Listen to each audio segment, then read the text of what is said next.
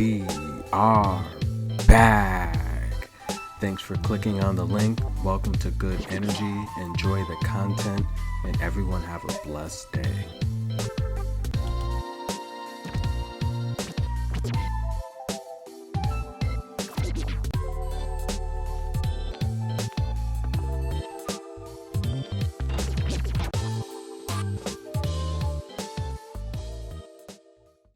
And we are back. Welcome to Good Energy, guys. Another great day of tennis. Please like, subscribe, comment below, and we are going to cover the quarterfinals here at Rome, as well as give you some preview and predictions and live coverage in the comments as well. Thank you guys. 5 for 8 today. The top tier list of ladies here at the Rome International is getting down to the chosen few. Iga Swiatek, the number 1 seed, is still in it. Paula Badosa bounced out by Kasatkina today. Sabalenka getting through a very tough game against Pegula. Well, not so. Sakkari taking out Coco Gauff. Ons Jabeur still in the hunt.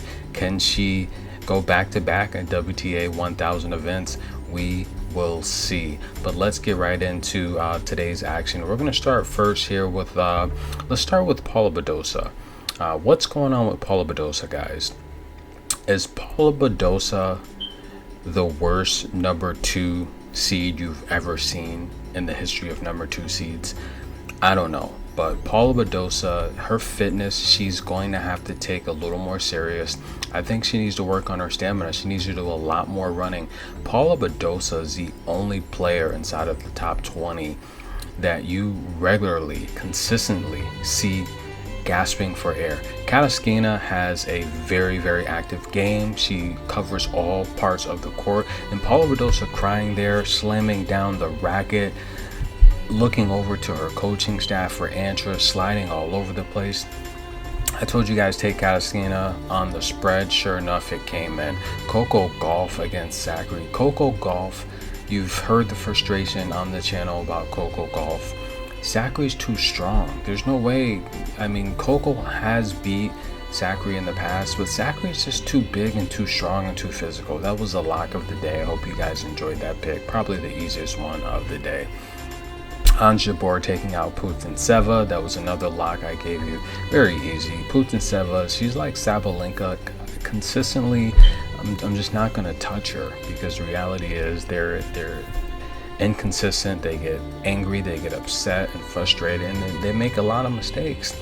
Anisimova taking out Collins. Now that's a shocker. Anisimova is the real deal. I told you guys, I think she's like a Jennifer Brady. She has a wide game, but she's powerful, and she's young. She's a young little feisty thing. She took out Danielle Collins, and that's a very good win. I think Danielle's going to want payback pretty soon. Iga Swiatek taking out Azarenka. Now the score looked lopsided, but that was really, really a hard-fought battle on Azarenka's, and a lot of those games were close, even though Iga would pull through. Bianca taking out Martic. That's a good win. Martic is very game, very in shape, very athletic. She can cover a lot of the court. Bianca looks really good. Watch out, Iga. And Sabalenka taking out Pegula. That was a very solid win. Sabalenka showed she can be consistent and just essentially played a very, very good couple sets against a very disciplined player. And another lock I gave you guys, told you to take Jill Teichmann over Rybakina. The first set went to a tiebreak, so if you took the first set, that did not come in, but Jill Teichmann did eventually break through, winning the second and third set.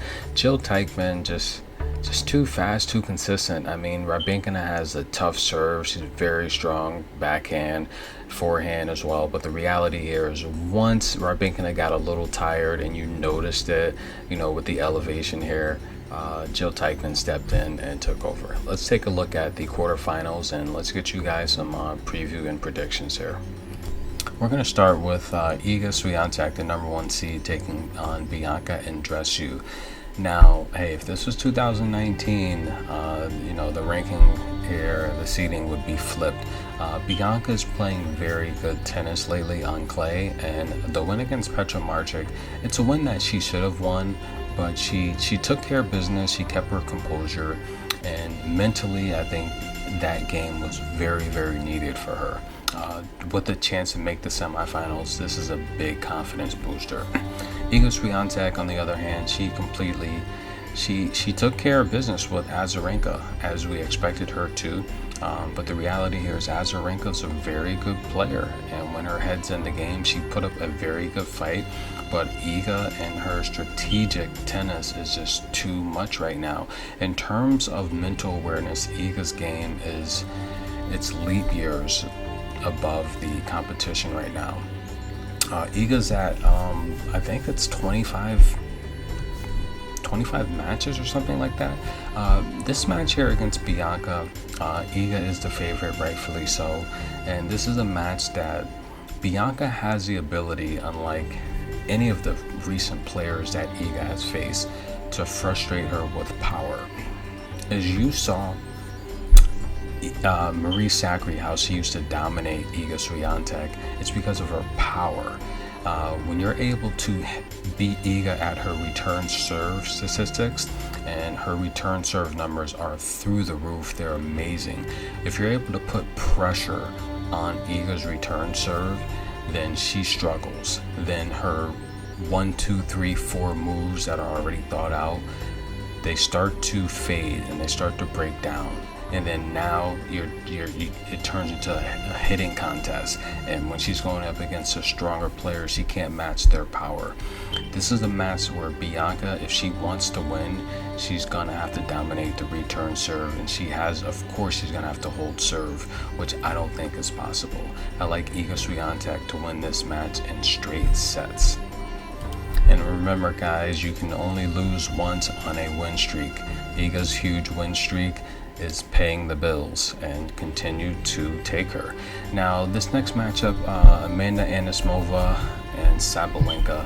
Sabalenka has never beat Anisimova. Anisimova owns a head-to-head 4-love with the most recent coming at Madrid last tournament. And the reality here is a lot of people wonder why Sabalenka cannot beat Anisimova. And here's why.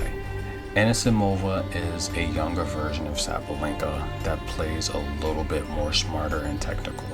Okay, Anisimova has the power that can match Sabalenka, but Amanda plays wide. And I keep telling you guys, the players that have that serve, volley, that wide game, when they have power, it's very tough to return a lot of their shots. Amanda's all offense, and sometimes, in sports you hear the saying, sometimes the best defense is a good offense, and that's what Amanda does. She scores points and she puts pressure on opponents' defense. She does everything Sabalenka does, but better and smarter. She can lose her cool, but not as bad as Sabalenka, and she doesn't make the mistakes. We saw her with the exit to Alexandrova last tournament, but the reality here is I think she had a headache. She was a little sore and tight. She wasn't at her best. She looks to be at her best right now, and again, you can only lose once on a win streak. I like Amanda Anisimova to beat Sabalenka again. What can Sabalenka do to beat Amanda? The reality here is there's not much she can do to change her game. She is who she is, okay? She's an aggressive baseliner that likes to hit you off the court. The only thing really she can do to beat Amanda is to play with more aggression, to play with more firepower, but that's already her game. So I see her trying to do that, and that's going to lead to more mistakes. I like Amanda Anisimova to get the victory here. Now remember, this is on clay, this is an elevation. Amanda does everything Sabalenka does, but just at this point on tour, Sabalenka's not having the best year. Amanda's just doing everything she does, just a little better. I like Amanda to win again with the victory. Amanda is the underdog again. And the next matchup is Ons Jabeur and Sacre, and two of the best ladies on tour here. And the reality here is it's a shame Ansha Bor did not make the WTA finals in 2021 last year, and Net Kontaveit squeaked her out of it. But the reality here is Ansha Bor should make the WTA finals this year. And I think of all the ladies, she's got a really good chance to win it. She has great variety. Marie Sacre getting a very, very, very good win over Coco Gauff today. And the reality here is someone like Coco Gauff doesn't have the variety that can really frustrate Sacre. If you watch that match, Coco Gauff, her game plan went out the window. It became a hitting contest where she played right into the hands of Sacre, and then she was just trying to hit through Sacre, hit her off the court, and she's not going to do that because Sacre is just much stronger.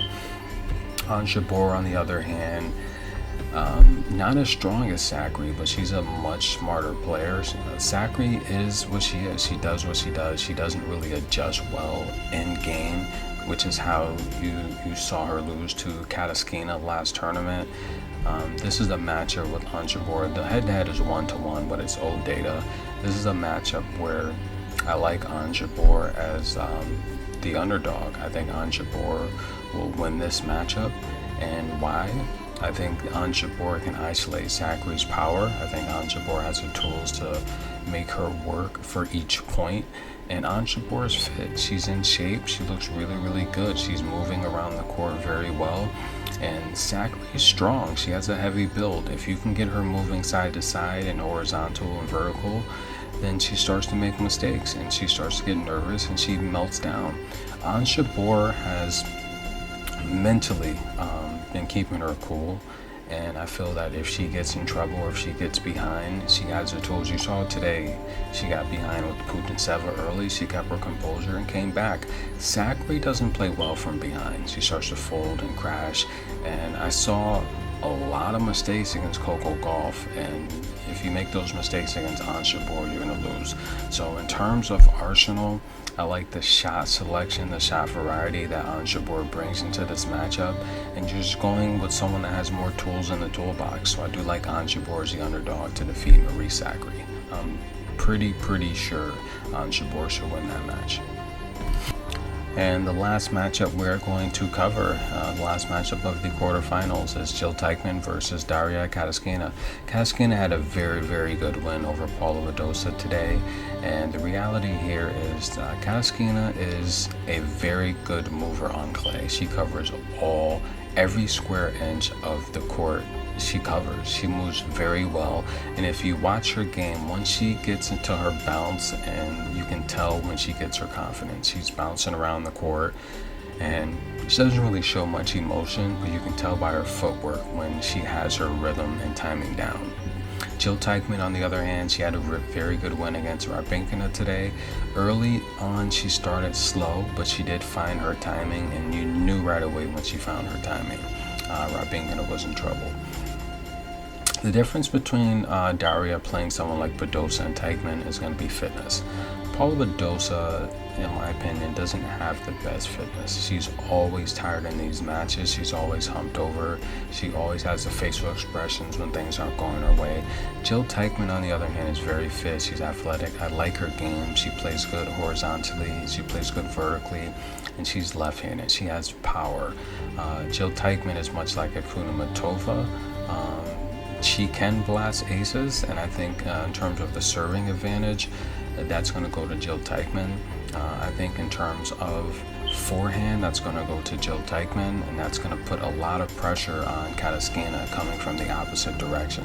Although Kasatkina does own the head-to-head, I do like Jil Teichmann to win this match. I think Kasatkina, even if she finds her rhythm and her movement and her bounce, I think just with Jil Teichmann's left-handed power coming at her, it's going to have the ability to easily disrupt that. I do like Jil Teichmann to win this matchup as the underdog.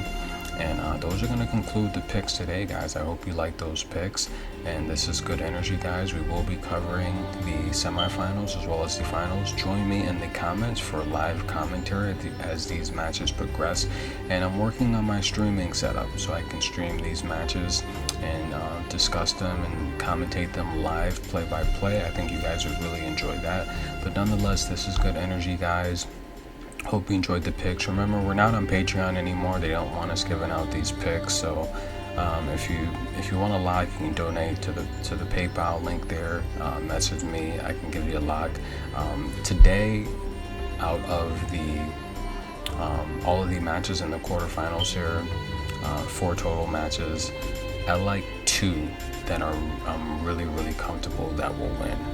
2 I'm really comfortable that will win, and they are locks. But nonetheless, this is a good energy, guys. Thank you for listening so far. Please hit the like button. We are